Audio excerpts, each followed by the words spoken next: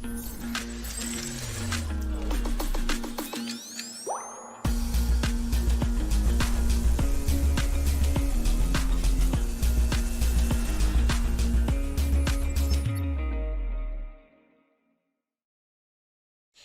news most affecting Chilliwack this week.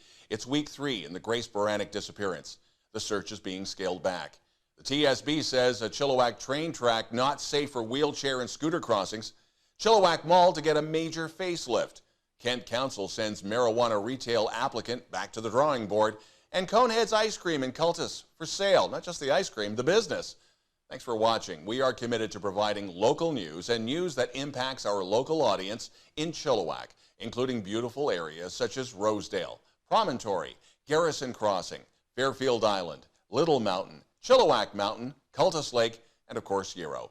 In addition to the most important news of the week, sports and weather, we have as our special guest this week, Ian Parks on sports, and Debora Green with Maritime Travel in her chillTV travel segment. All right, Chilliwack, let's get started. But before we do, it's my great pleasure to welcome Shelley Goerzen to the show. Thank you, Don. And now our top news story. The search for 86-year-old Grace Baranyk has been scaled back. Now into week number 3, the command center that was the hub for the volunteer search closed down at St. Paul's Church this past Sunday. The Facebook page remains active and monitored should anyone have information on her disappearance. The search for the grandmother with dementia captivated the Valley. Her family in the UK was informed that the command center was to shut down. And now the mother of a missing Chilliwack man via Edmonton, Christopher Couture, is offering a $10,000 reward for information leading to his discovery. Eva Couture posted to the Facebook page, set up for tips, that you only have to show information, but you don't have to physically take the family to any location. Couture went missing along Elk Thurston Trail in May, and a private search in June did not turn up any evidence. He had just started a job in Maple Ridge last January. The Transportation Safety Board issued a release on the safety of the Broadway Street Railway crossing. On May 26, 2018, a CN freight train traveling westward through Chilliwack struck and fatally injured a pedestrian in a scooter at the Broadway Street crossing.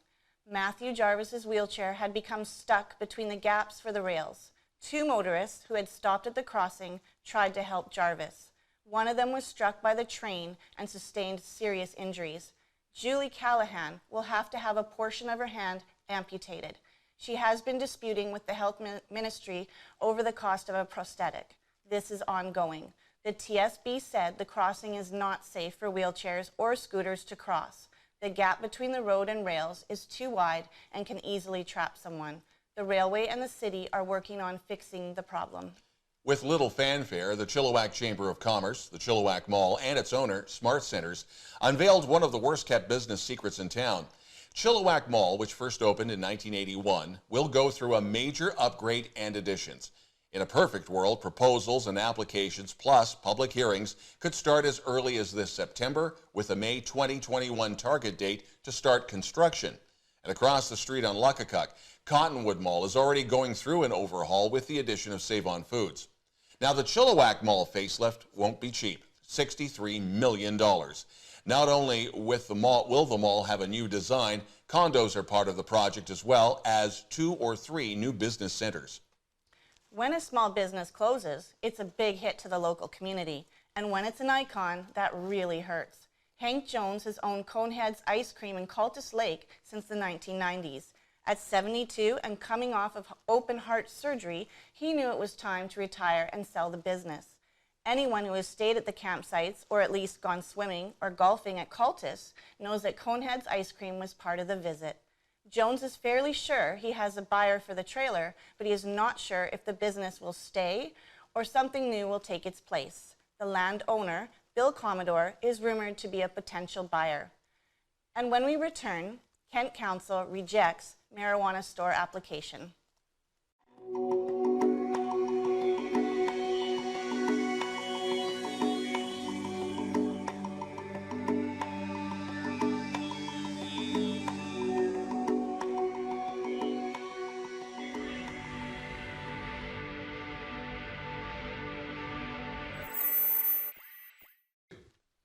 Legal pot shops are back in the news. This time it was Kent Council.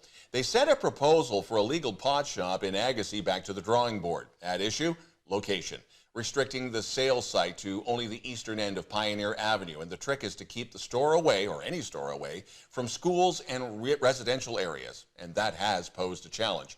Kent Council staff will now continue to review the issue. Every year, the University of the Fraser Valley honors a community member or group who makes a difference in our community through their volunteer work on a specific project or with an organization. The Betty Urquhart Award is designed to reflect UFV's commitment to enhancing the quality of life of its communities. The winning project, person, or organization must have had a significant impact on the community.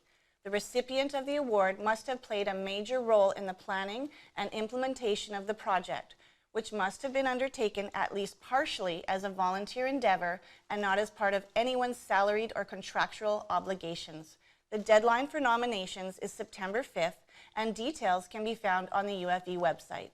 We mentioned a local icon at Cultus Lake and the fate of Coneheads, and on a lighter note, another local icon, Locke's Pharmacy, will be celebrating 75 years in Chilliwack with an all-day street festival, including live music on Main Street. This Saturday, August 17th, the concert that day will also include a free show from the band Chilliwack and Bill Henderson, and the boys last played town in Chilliwack at the Cultural Center in 2017. Mill Street businesses are open, but you have to get around film crews. They are in town all week shooting the Disney movie Pushpin. It's about a girl and her magical squirrel. They received superpowers from a vacuum cleaner. Hey, it's Disney. Mill Street Cafe now has a huge donut on its roof, part of the props and set used for this film. Filming is expected to wrap up this weekend. And now, Ian with the chillTV Sports Report. Hey everyone, something special this week for sports. It's an exclusive focus on football in Chilliwack. The Valley Huskers junior football team will kick off the 2019 season this Saturday at Exhibition Park at 2 p.m. against the West Shore Rebels from Victoria. The Rebels will be looking to avenge the 2 losses to the Huskers late last season that saw the Rebels drop from playoff contention and, of course, propelling the Huskers into the playoffs. This season, the Huskers are sporting a new and improved O-line and an impressive-looking defense. Coming off of a 6-4 season last year, where their second-year head coach, Bob Reist, won Coach of the Year honors in the Canadian Junior Football League, there are high expectations for this vastly improved version of the Valley Huskers. The Huskers will have back-to-back home games to start the season, playing on August 10th at 7 p.m. at Exhibition Stadium.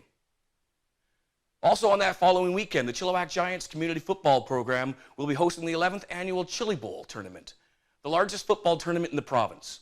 There'll be over 30 teams from the Lower Mainland on August 10th and 11th at Townsend Park, where there'll be plenty of football action on both fields for 2 full days. There'll be players of all ages, from their U8 flag football program to their bantam age tackle program, which is only a couple years removed from a provincial championship in 2017. Recently, on Saturday, July 20th, Chilliwack hosted the All-Canada Bowl at Exhibition Park. One of the reasons we all watch football is because of the thrilling football finishes and how exciting and entertaining they are to watch.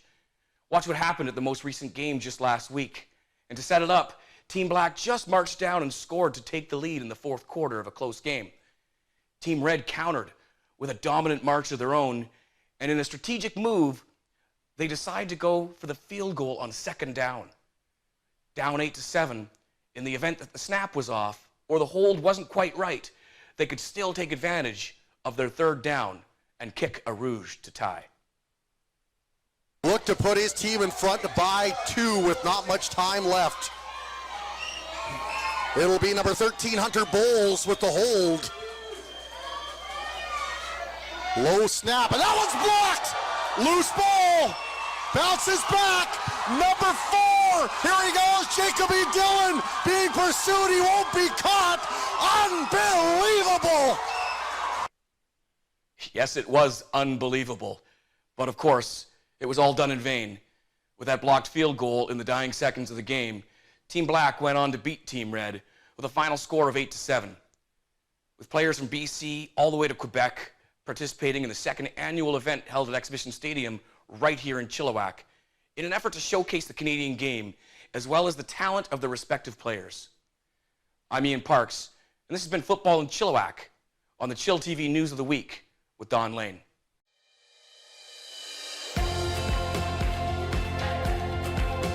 The best thing about Hofstede's is their endless supply of muffins and cinnamon buns.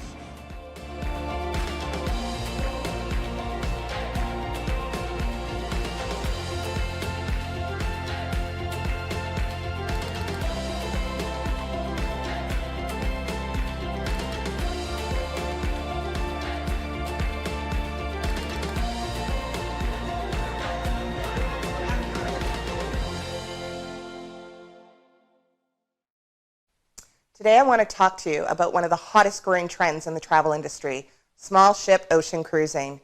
This market has exploded over the last 10 years, with more new cruise lines and more ships emerging onto the scene than ever before. It is important to understand why this is popular, so you know if it's the right fit for you. Baby boomers want more and less at the same time.